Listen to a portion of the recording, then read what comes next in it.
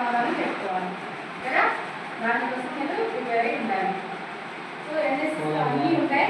Activities year plan ఉంటుంది college మొదలైన దగ్గర నుంచి. జనవరి టు డిసెంబర్ అనుకోవచ్చు, లేకపోతే జూన్ నుంచి మార్చి ఏప్రిల్ అనుకోవచ్చు, మే అనుకోవచ్చు. కంప్లీట్ 12 నెలల కాలంలో ఎజెండా ఉంటుంది. ఏ మంత్ ఏం చేయాలి అని వీటిని రెగ్యులర్ యాక్టివిటీస్ అంటారు. ఇలాంటి అకేషన్స్ ఉన్నప్పుడు కంపల్సరీ పెద్ద ప్రోగ్రామ్సే ఉంటాయి.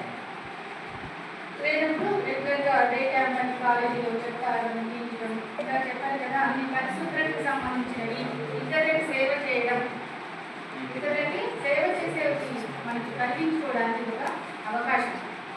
ఏమంటే పెద్ద సేవలు కాదు, అవకాశం ఉన్నదే చేతనైనవే చేయడానికి మనసు అంగీకరించాలి. దాన్ని మనం చేయాలనిపిస్తుంది అని అంటే చాలు, అవకాశం వచ్చినప్పుడు చేస్తారు.